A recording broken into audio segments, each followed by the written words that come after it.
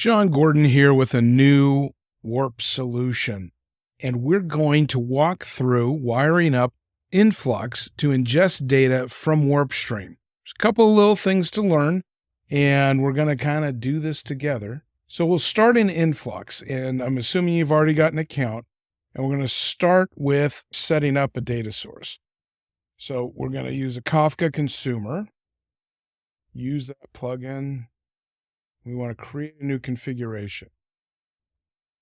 The flow can be a little peculiar, but once you've done it, then it makes sense. So I'm going to call this sensors because our data is going to be coming from a sensors topic. Yeah, this is fine. Let's see. Okay, so we're good here. Continue configuring.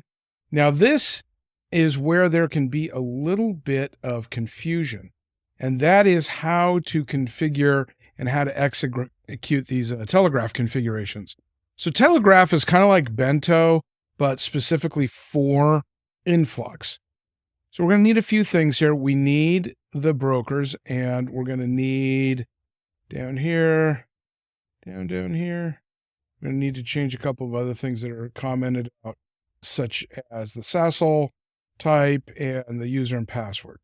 So the first thing we're going to do is we're going to grab all that information out of WarpStream.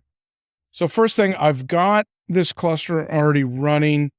I've got data in this topic called sensors. It's not a huge amount, but it's good for our purposes. It's 2115 records. We're going to need a credential, so let's create one.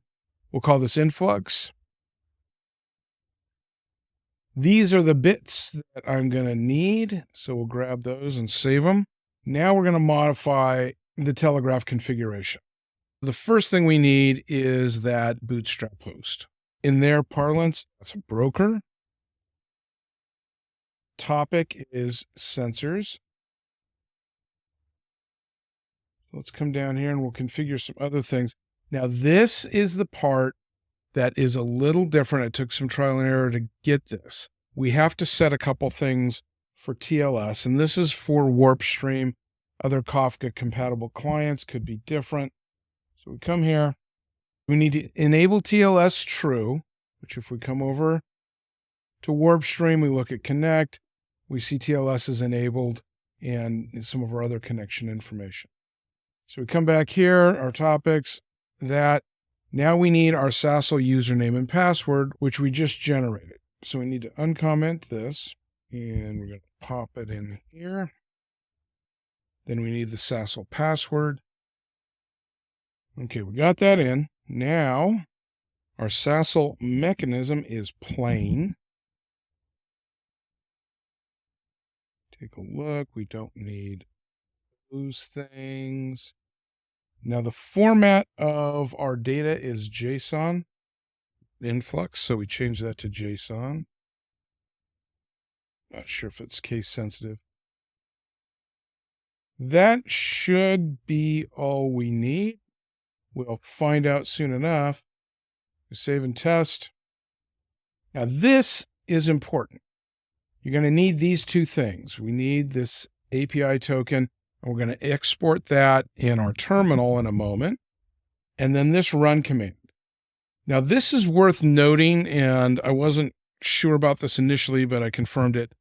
So when you create that telegraph configuration, you can run against a local script, but with that API token, when you run telegraph locally, it tells it to look for this particular telegraph script. So you don't need to download or anything. You can maintain everything on the cloud, and then you just execute it from wherever it is you're going to run it. So we finish that off. There's our config. We can always go back in and we can change things here. We can look at our API tokens. We can create another one if we need to. Our bucket is here, sensors.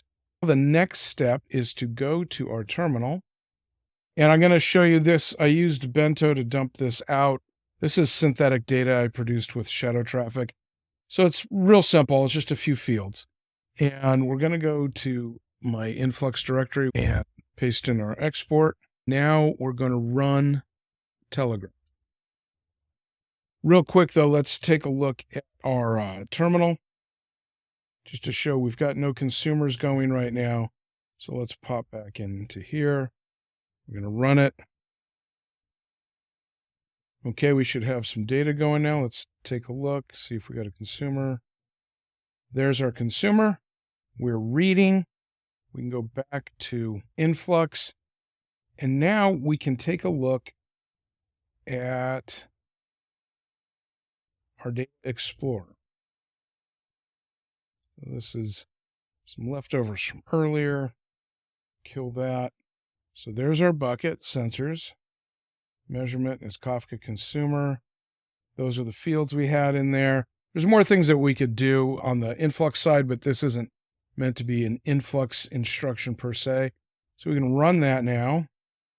And we're on a graph, so everything's just in the one zone. And here's our records. So the records have shown up. They've been properly parsed. They got the column names right. And that's it. That wasn't too bad. Just a couple minutes, you can be feeding your WarpStream cluster data into Influx. And if you're doing anything, especially with sensors, Influx is an open source time series database. So it's really oriented around time series. So especially if you're doing, IoT kind of things, smart buildings, real-time analytics, a lot of that makes sense in an Apache Kafka style message queue. And you can just feed that and explore it right in Influx with ease. So that's a lot of fun. Come on over to our website, sign up for an account. You can do this on serverless. You can do it on BYOC and try it for yourself.